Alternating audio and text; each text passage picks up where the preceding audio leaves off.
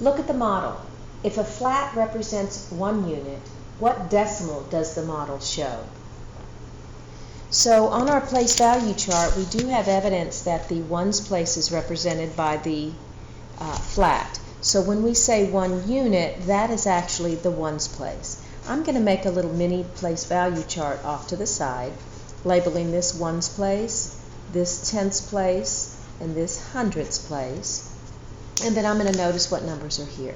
So I'm noticing that there's 1 flat that would go in the ones place, 1, 2, 3, 4 rods, that's going to go in the tenths place, and then the 3 units. So I have 1 and 43 hundredths. I can go a little further and actually put my decimal between the two, much as it is on my place value chart here, to help me represent that.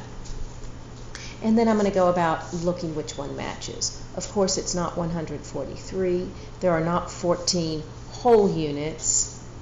1 and 43 hundredths, that matches, but I'm going to check all of them before I make my decision. And H is the decision.